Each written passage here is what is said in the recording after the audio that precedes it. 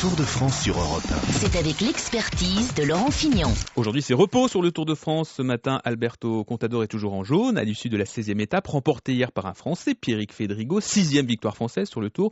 Une étape marquée également par l'offensive de Lance Armstrong, et ça plaît à Laurent Fignon. On osait espérer que Armstrong tire un barreau d'honneur. Il l'a fait hier. C'est plutôt à son honneur, car c'est compliqué de se remotiver lorsque vous avez perdu toute ambition au classement général, qu'il n'y a plus cette adrénaline, cette concentration pour se battre au plus haut niveau. Et il a tenté quelque chose hier. On l'a vu dès le départ, paraît-il même qu'il s'était échauffé avant l'étape, et on l'a vu directement dans le col de Pays-Ressournes être devant, ne plus jamais lâcher la tête de la course, repartir dans le Tourmalet. Je dirais c'est presque dommage qu'il ne gagne pas, mais enfin bon, les autres sont là pour faire la course. Il a démontré qu'il avait toujours du caractère, un peu moins fort qu'auparavant, mais ça c'est bien normal, il a l'âge qui est là.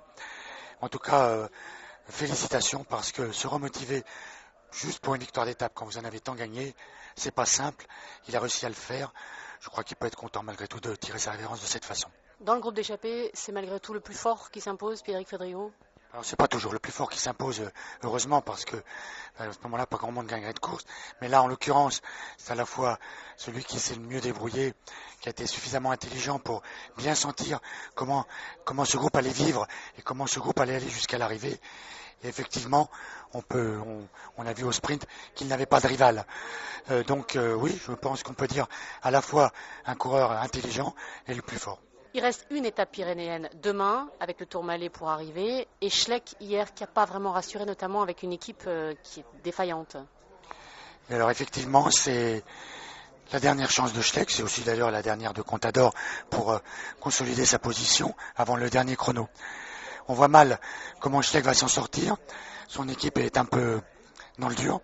Alors se sont-ils réservés pour cette dernière étape pyrénéenne? Peut-être, après tout, c'était prendre beaucoup de risques pour soutenir son leader.